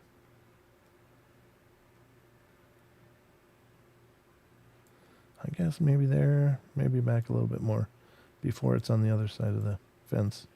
There we go. Get back over to here. And Jaron says he thought it was a bruja. Well, no, the other story that it was representative as, and this may make sense in just a moment when I talk about it, but, and it could be anything. I don't know. Can I bring up something I think is perfect for Paranormal Portal? You can, I don't know. Yeah, you can bring up whatever you want. But, yeah. Anyway, this figure is digging, and as you can see, it's kind of just cupping up the dirt. Now, apparently it did make it down a while, but this person is represented as a dog man. As far as I know, this is filmed by two ladies, not two teenagers, because I remember years ago checking it out. Mm-hmm. But the belief was that it was maybe a skinwalker. Mm-hmm. Because skinwalkers, you might not know it, but are allegedly dig up graves to grab bone. To grab bone from corpses and use them as weapons to kill or maim or injure people. And oftentimes, the people that are attacked don't even know they've been attacked. Like, there's one story where a woman realized she had a pain in her shoulder, and a shaman came in and dug out this 2-inch piece of bone that was lodged in her shoulder. That was a cool story. Yeah. And so it's graveyard bones because it's part of the curse that they put on it to, basically destroy somebody. So knowing that skinwalkers do that, that makes more sense to me. Dogman, I just don't think fits because they're not known to dig up graves. But skinwalkers are known to dig up graves. Now, a bruja or, any of the other possibilities could make sense too. God only knows what some dark magical practices could be. Somebody's saying it's a piece from Nefarious. Am I reading that right? I don't know. A movie called Nefarious? Oh, is it? I don't know. Nefarious. Let's see here. Nefarious came out just this year. Yeah, it wasn't that. This has been around forever. They may have shown it on that movie, but no, this video has been around for at least since like 2017 or better. So it's quite old, but it's not a dogman. It's not a dogman at all. So it is maybe a skinwalker, maybe something else. It obviously looks like a crazed person. Now, I will say I don't see any graves around this area here. So, I mean, it might not have been a grave there, but I don't know. Usually you see the headstones or something, but looks like pretty mown grass. But apparently it wasn't a graveyard, even from the original one. So, believe what you want. Come to your own conclusions, but I think that one's kind of interesting. I'm sorry. No, that's not what Ramon was saying. Oh, okay. The thing... can I bring up something I think is perfect for the paranormal? The movie Nefarious. Okay, so okay, now I've got... Oh, okay. I gotcha. I'm back in the conversation, thanks. Oh. It's okay. But that's a cool. I mean, those old videos like that are still powerful. What is it? I don't know. There's a lot that we don't know. You can't really judge a whole lot from seeing a figure that's very blurry filmed with a potato digging a hole. So there's a lot of speculation you can insert in there, and you could be absolutely right or absolutely completely off base. It could be a utility worker for all we know. It doesn't run off. It's just kind of digging. So you be the judge. But I would weigh that it's more likely a skinwalker than it is a dog man. Right. Yeah, that would make sense to me too. Where was that reported from? Ohio. Go of figure. Course. Yeah, go figure. Of course, it was Ohio, where everything weird happens. Oh, high strangeness. Oh. Was that an essay? Ohio. Oh, high strangeness. Because you said high strangeness, and it made me think of an essay. Oh, well, yeah, he says that a lot, but yeah. Yep. Oh, high strangeness, Ohio. Oh. It's Brent looking for his laser.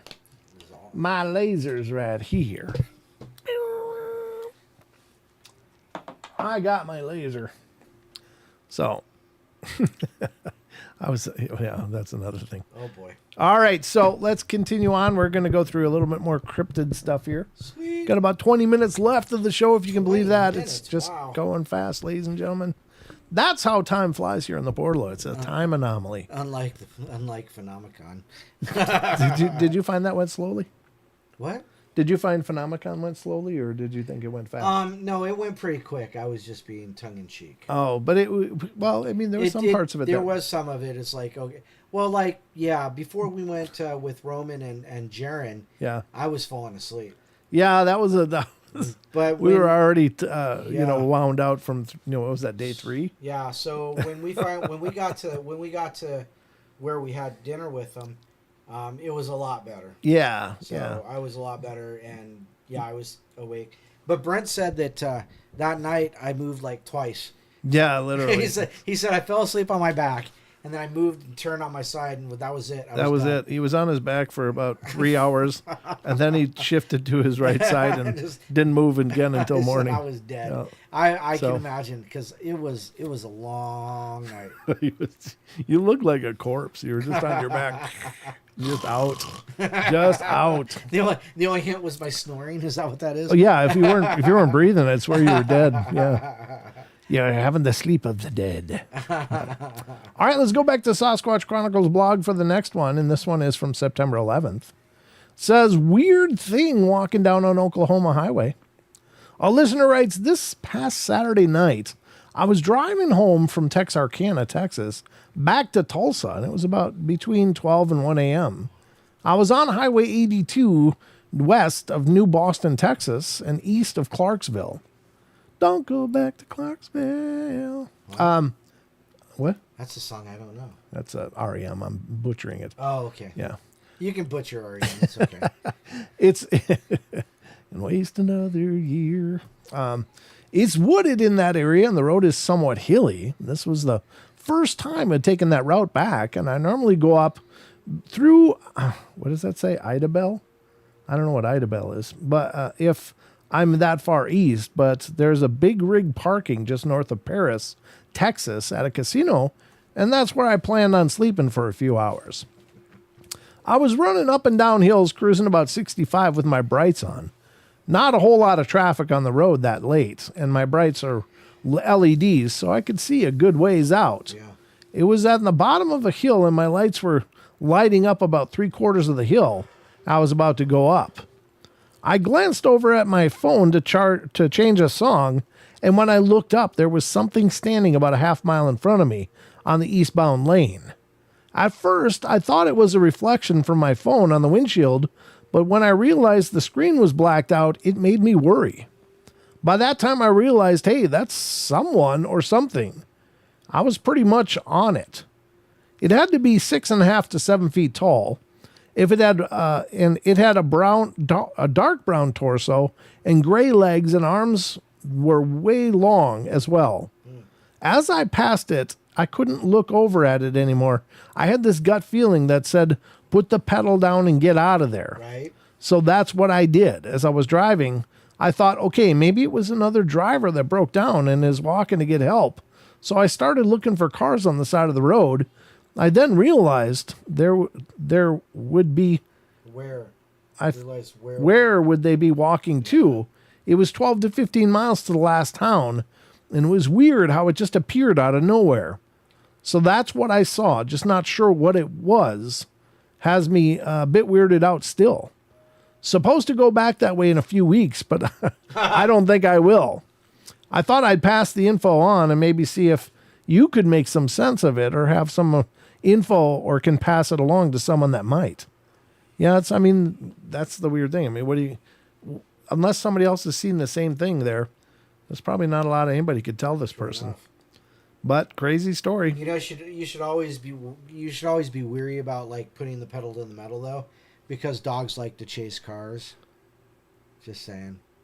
Pedal to the metal, chase cars. Dog man? Yeah. Yeah. If it was a dog man. Yeah. Oh my God, this guy's killing me today. Well, you just spent a week with me. You should be long dead by now. Surprised you're still breathing. No, but anyway, yep, there you go. Strange story, but it sounds like one of those weird one-offs. Mm-hmm. And I understand, like, if you see something creepy on the road, but what are the odds you're going to see it again? Right. Probably none.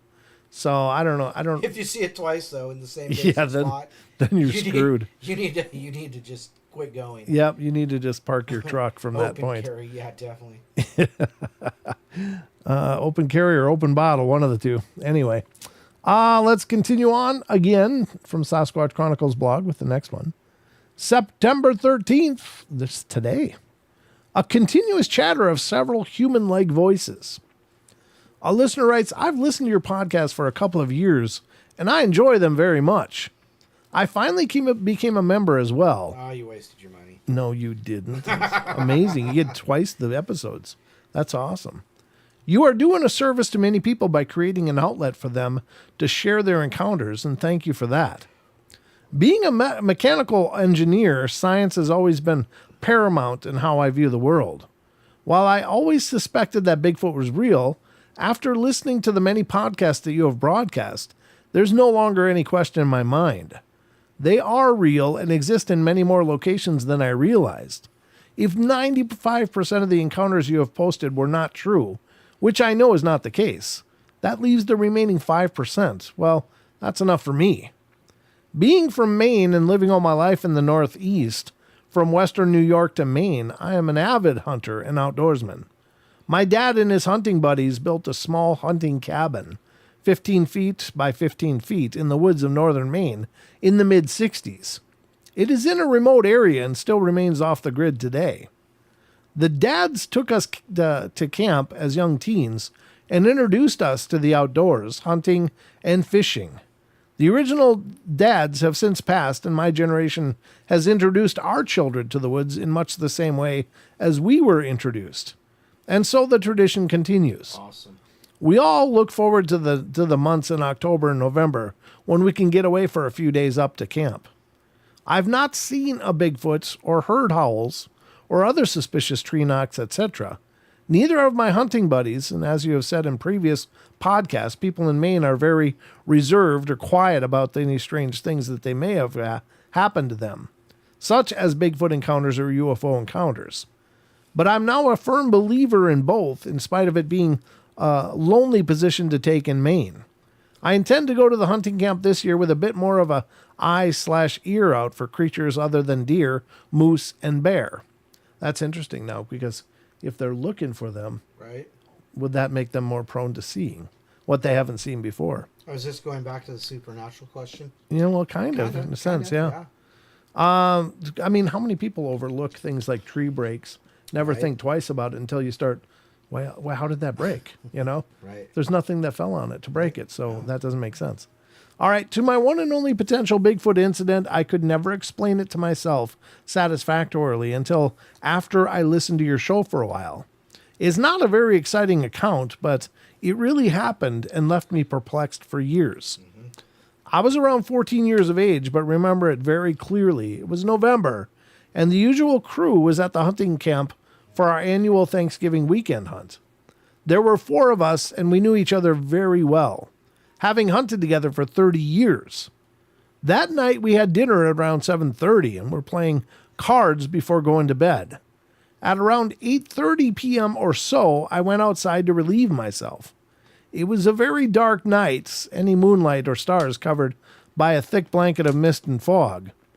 Even the light from the propane lanterns inside the camp didn't penetrate that darkness. The trees were dripping from the mist, not the kind of weather we want during hunting season. Oh, I was getting tapped. Yeah. Yeah. Hi, Anubis. The cat is very demanding. Yes. He's like, pet me now. Not the kind of weather we want during hunting season. 3 inches of fresh snow is what we hope for, but not this year. As I was standing there in the pitch black wilderness, I could hear what sounded like several men and women casually talking. Humans. They weren't chimpanzee sounds or samurai chatter. It was a continuous chatter of several human-like voices, but I couldn't understand a single thing they were saying, no matter how hard I tried. I could see nothing.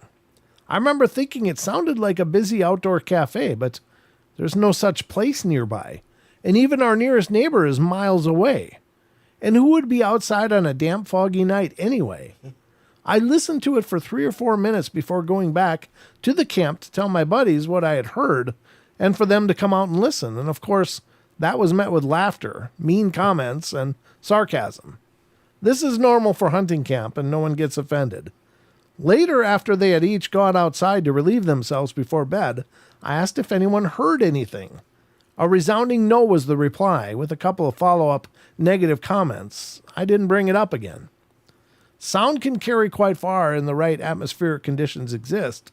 I decided it must be some kind of atmospheric thing, transferring sound from several miles away, like skip on a CB radio. But I never really was satisfied with that explanation. After listening to many of your podcasts, it seems more plausible that I heard a group of Bigfoot speaking to each other and not too far away. Right. What else could it be? Of course, we'll never know for certain. I'm intrigued at what this may imply, and I'm very anxious to go back up to the camp this fall. There you go. Wow. So there you go. Indeed. That's pretty crazy, huh, Don? It is. Yikes. They're you know just what out else there. is crazy? What? These people in the chat that think Miracle Whip's good. I like Miracle Whip. What do you mean? Like I said, you know what's crazy? Yeah, the one guy who doesn't like it. That's the crazy. If everyone else likes it, you're the oddball, Rachel, they're talking for somehow. Oh, because we're not supposed to ask Wes about Miracle Whip. Anyhow, so somebody asked, they had to go on about it. So people are like, Miracle Whip's the stuff. Some are like, no, it's not. Oh. I'm on the no, it's not list. Unless it's going in potato salad. Yep. That's good. That's about it. I think it's good on sandwiches. I do prefer regular mayo for just sandwiches and stuff, though. I didn't used to. I used to eat it on everything. Never liked regular mayo, but Rachel's just gasping at using Miracle Whip. The only thing she puts on sandwiches is gravy because she's Canadian. Is that a Canadian thing? Over open face. Oh yeah. And then for potato. I grew up with those too. French fries on top, and then Portal Mom would do the open face thing. Sandwiches. Yeah. Hamburger gravy on bread was always good. Yeah. Poutine sandwich. Poutine? Yep. I don't know. That's actually a thing, isn't it? Poutine? It is, yes. It's French fries with gravy. Oh, okay. Well, I never heard of that. I'm sorry, our Canadian friends. He knows. He's not Canadian. White Canadian. I'm not Canadian. He was close, but not. Yeah, Minnesota's like Canada Light in a lot of ways, but Canada Light. Yep. Hellman's is good. Yeah, Hellman's is good. That's the one I like. Yeah, but they call it Best up here, don't they? I think it is. Yeah, I think it's called Best Mayonnaise up here. It's the same company, but that's a different brand for the regions. I don't know why. Because I was looking for Hellman's, but it looks like this stuff, but this says Best. And then I did some research, and it's like, oh. It's the same as, yeah. It's the same company. Ooh, pulled pork poutine. Now that sounds good, Chucky. I could do some of that. Oh, yeah, you betcha. Ah, sure. Yep. So anyway, cheese curds. Who said cheese curds? Don't forget the cheese curds. Amen. Smoking buns, Fab Shop. I'm with you. Smoking guns. Smoking guns. Sorry. Smoking. He's smoking buns. I don't know why it looked like a bee. My eyes are so screwed up, dude. I gotta get some glasses for doing the show. Smoking guns, not smoking buns. Oh God! Wow. Never fails, he says. I just glanced quick, and my eyes are all like a film over them because I'm still not caught up on sleep. Oh, no doubt. Yeah, I got up yesterday, and I had to put on my cheaters because I just couldn't get my eyes to focus. Yeah. Barbara said she felt like a hungover rock star. Oh, really? Yeah. It really feels like. It feels like it went both really quick and really long at the same time. A squeaky cheese curds. Ooh, yeah, the white ones, yeah. The white cheese. Yeah, I mean, again, I grew up in Minnesota, which is right next to Wisconsin. Wisconsin is the cheese curd capital of the world. It's also got some pretty okay beer. Yeah, I mean, yeah, I suppose it does. I'm not a huge beer drinker, though. But I mean, I like a beer, but I'm not picky. I don't have like a refined palate for beer. It's like a beer. Because he drinks light beers. No, I don't. I don't drink light beers. You had that. Oh, light colored, but not like Coors Light or whatever. No, I didn't have any light beer. What did you drink? What you had? Just a pale. It was just a pale. That wasn't a pale ale, wasn't it? No. Oh, I didn't know. What was it? It was Whatever it wasn't meant to be a light diet beer. I just wanted a light beer. I don't like the dark beers. Everyone says they all taste bad, Brent. I just, I don't drink enough to have that much of an opinion, but I know I don't like the dark beers. I don't want a beer that got to eat with a fork. Those bitter beers. Oh, those are the best ones. No, they are too. Bitter, no. Totally like a Guinness. Those are. That's not bitter. IPAs are bitter. No. I think that Guinness is like you got to chew it before you swallow. Lincoln Kugel. That's good stuff, Luna. Leinenkugel or yeah, it's Leinenkugel. Yep, Leinenkugel. Huh. All right, so yeah, Jaron and I had the ambers, so the darker stuff. Yeah, I don't like the darkers as well. I do. I think they're too bitter. Just chew on it. Yeah, I know. I need a glass of water just to get done with it. I don't know where it comes from, but we've got some stuff called Shakespeare oatmeal, and that is a dark oatmeal ale. Oh my God, that thing is so good. You like those, huh? Yeah, I like them. Yeah, I just don't. If I can cut them with a knife and chew them, I would. Yeah, I just don't. I've never found the fascination. I know a lot of my friends through the years have loved those dark beers, but I just don't. Ugh. Yeah. Not my thing, but anyway, again, it's, to each his own, right? Right, yeah, except... We are unique individuals. Yes. Some of us you have unique up on, too. Yeah, unique up on them. I get it, Brent Jaron says. You better. You better, Jaron. Somebody said something about a paranormal portal sleep out and camp out. Camp out. Yeah. Where would we have that, though, that would be accessible? It would be a paranormal portal glamp out. If I'm anywhere near, it's like, oh my god. Yeah, goodness. You don't want to lay me on. You know what? Maybe we could do something at Yellowstone or something. Yellowstone in a national park where the missing 411 happens. Sure. Yeah, why not? There'll be enough of us. Yeah, I mean Yellowstone would be close enough for us that it wouldn't be too brutal. But that's the hard part. Is the one thing about it is you guys are all over the place. We don't have like one region of the country represented. We got the world represented here. Literally, So, no, Canada. No, not going to Canada. It's hard. I get arrested coming back. Yeah, they don't want me there. Trust me. No, I love Canada. I have some great Maggie memories. says I'd fly for a paranormal portal camp out. Would you really? Wow. Okay. Well, I don't know. We could look into the idea if we can figure out a where. That would be fun to look at. Hang out, do a campfire, sit and talk. Look at the stars with the night vision stuff. See if we can find some weird anomalies. That'd actually be a blast. Maybe next summer if we can throw something together. I don't know. I mean, it's just an arbitrary idea now. But if anybody has ideas, let's brainstorm. We rent or line up a KOA or something, and that way I can sleep in a cabin. I don't know how many of you would come. That's the thing. How many of you would actually make the journey to come to a Paranormal Portal camp out? If you think that's something you'd do, and if we can get enough people interested in it, I'd be interested in looking into that and making it happen. But, be sincere. I know any of us would love to do it, but who would do it? Just let me know. I figure Chucky would do it. Chucky would be there. Be all over it.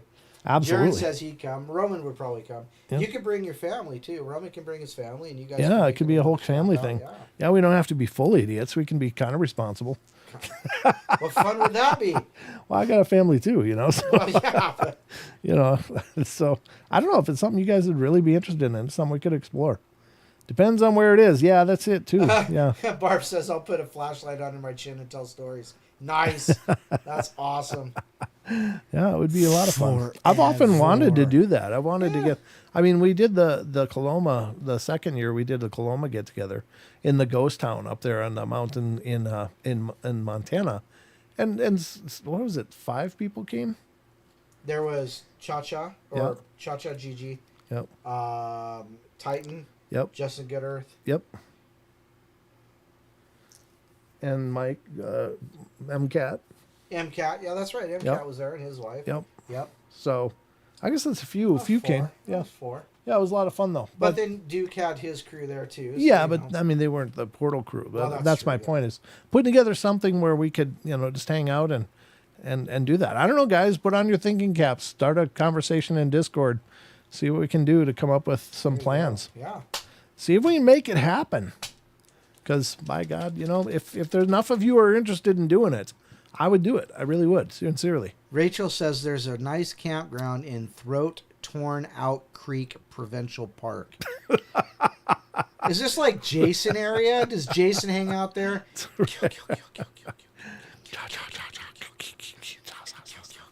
Yeah, you never know. But Throat Torn Out Provincial Park. That's a big nope for me. Yeah, maybe It's time.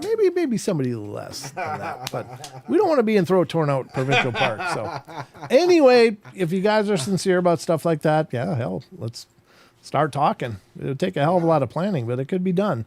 But anyway, that's going to wrap up our journey for tonight, folks. So welcome to the end of the show.